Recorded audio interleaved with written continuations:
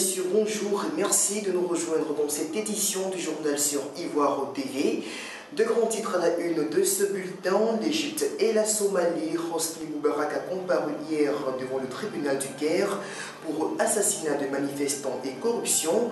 Ce procès suivi à travers toute l'Égypte a été ajourné au 15 août prochain. En Somalie, l'ONU décrète 3 nouvelles régions en état de famine et le fléau tend à menacer l'Ouganda voisin. Nous en parlons plus largement dans cette édition et puis vous l'aurez compris dans ce journal sera en grande partie consacré à l'actualité africaine.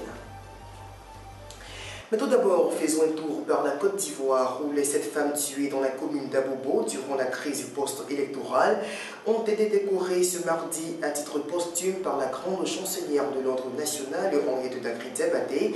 Cette cérémonie de décoration qui se déroulait au centre de conférence du ministère des Affaires étrangères a enregistré la présence du chef de l'État, Alassane Ouattara, qui a rendu hommage à ces martyrs en déclarant qu'elles sont tombées pour faire appliquer la démocratie. Et c'est aujourd'hui que Francis Gauthier doit prêter serment en tant que président du Conseil constitutionnel au siège de l'institution. La semaine dernière, l'homme avait été nommé par le président de la République pour succéder à Paul Yao-Ndrey.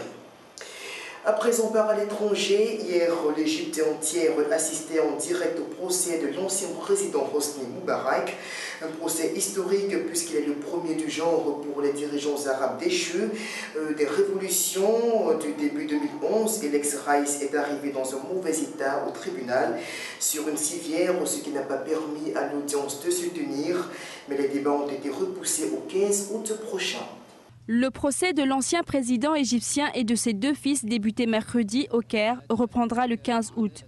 Leur procès a été ajourné pour les raisons de santé de Hosni Moubarak. Le président du tribunal a ordonné que l'ancien Raïs, accusé de corruption et de meurtre, soit soigné près de la capitale afin de garantir sa présence au procès. Selon les spécialistes, cette tournure des événements ne surprend guère. C'est une question de procédure. Lui, ce n'était que les préliminaires pour signifier aux différents accusés les charges qui pèsent contre eux.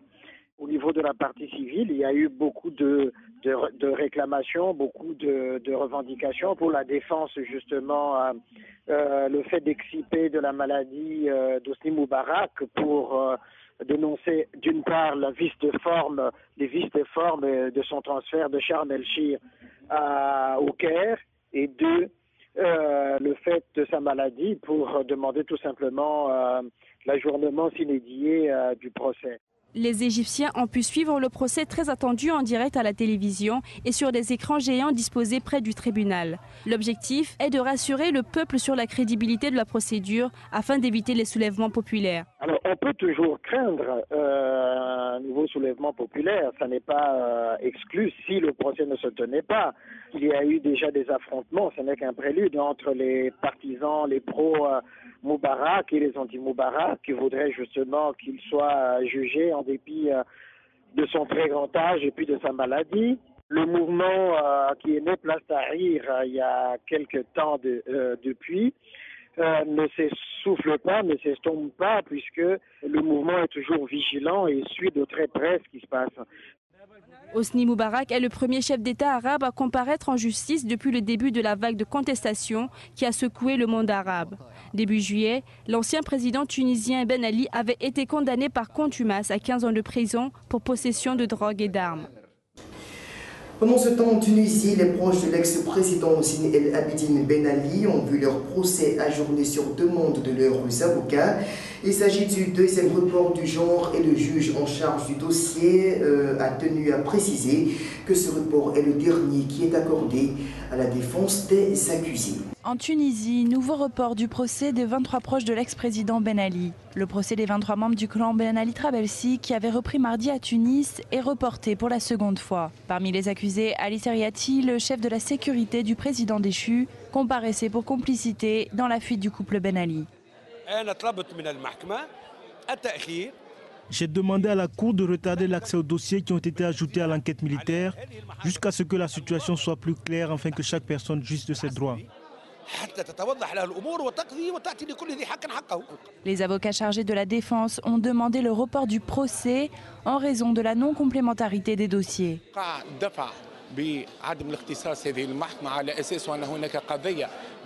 Je veux dire que cette affaire est indépendante des questions de l'enquête militaire. Cette affaire est à propos des infractions financières, alors que l'affaire du tribunal militaire concerne une conspiration contre la sécurité de l'État. Et même si certains aspects sont liés, chaque affaire est indépendante l'une de l'autre. Les accusés, parmi lesquels des sœurs et neveux de Leila Trabelsi, l'épouse du président déchu, devaient être jugés hier pour tentative de fuite et possession illégale de devises. Arrêtés le 14 janvier en possession de fortes sommes d'argent et de bijoux, ces membres du clan Ben Ali risquent de 6 mois à 5 ans de prison et encourent de très fortes amendes. L'ONU vient de déclarer 3 nouvelles régions de la Somalie en état de famine, d'une situation qui pourrait rapidement s'étendre à l'Ouganda.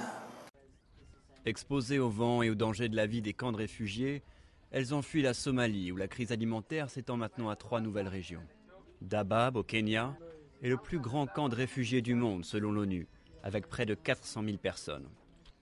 Ces femmes ont parfois laissé derrière elles leurs maris, retenus par les Chebabs qui se revendiquent d'Al-Qaïda. Je ne sais pas si mon mari est encore en vie.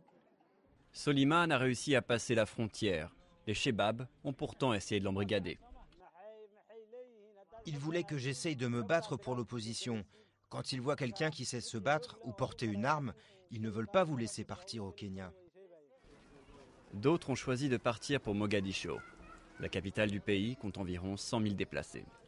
Nous avons marché pendant plus de 3 jours avant d'atteindre Mogadiscio. Nous avons tout perdu à cause de la sécheresse. Nous sommes fatigués et nous avons faim. Nous ne connaissons personne à Mogadiscio, c'est pour ça que nous sommes sur le trottoir. Pour aider le pays à surmonter la crise, la Suisse vient d'annoncer une enveloppe exceptionnelle de 3,8 millions de dollars. Mais le problème de la Somalie n'est pas seulement économique. Il est aussi politique. Le pays est ravagé par près de 20 ans de guerre civile. Et les islamistes somaliens utilisent la famine comme une arme en essayant de bloquer l'aide humanitaire. Le Tchad pourra-t-il bientôt parvenir à l'autosuffisance alimentaire? C'est en tout cas le défi qu'entendent relever les autorités locales qui se sont fixées comme objectif de rendre le pays autonome sur le plan alimentaire d'ici à quelques années, d'autant plus que l'agriculture et l'élevage concentrent l'essentiel de la population active. Le 8 août prochain, le chef de l'État tchadien prêtera serment pour son 4e mandat à la tête du pays. Sur le plan économique, Idriss Déby a promis au cours de son prochain quinquennat de mettre un accent sur l'agriculture et l'élevage qui occupent respectivement 80% et 40% de la population. Mécanisation et modernisation du monde rural seront donc les maîtres mots pour un accroissement de la productivité agricole. Pour les 5 ans à venir, je me battrai. Je me battrai pour révolutionner le monde rural, notamment l'élevage de prestige et l'agriculture archaïque. Je m'engage à vous apporter avant le début de la saison des pluies des tracteurs en quantité suffisante pour que vous puissiez développer cette agriculture. À l'instar de nombreux pays en développement, les secteurs de l'agriculture et de l'élevage au Tchad souffrent de la faiblesse et de l'archaïsme des outils de production. Or, de ces facteurs dépend en grande partie l'atteinte des objectifs d'autosuffisance alimentaire. On n'a pas atteint notre niveau de sécurité alimentaire. Et la sécurité alimentaire, c'est arriver à produire ce qu'on mange de façon suffisante et si possible à exporter pour créer des possibilités de ressources financières pour le pays. Pour le moment, on n'arrive même pas à manger à notre faim et c'est ça, je crois que ça, on peut le dire sans se tromper. La sécurité alimentaire est une priorité pour le Tchad. 2 grands programmes ont été initiés à cette fin. Il s'agit du Programme national de sécurité alimentaire, dont l'objectif principal est de contribuer à vaincre la faim et combattre l'insécurité alimentaire à l'horizon 2015, et de l'Office national de sécurité alimentaire, dont le but est de constituer un stock de sécurité pour intervenir en cas d'urgence. Enfin, le président nigérien a confirmé mardi soir l'arrestation de 10 personnes pour tentative de coup d'État contre son régime en juillet dernier pour Mahamadou Issoufou. Ces derniers ont voulu briser l'élan salvateur entamé par son régime en vue de revaloriser les conditions de travail des forces armées du pays. Voilà, c'est tout pour ce bulletin d'information. Merci de l'avoir suivi. On se retrouve demain pour un autre point de l'actualité sur ivoiretv.net. Au revoir.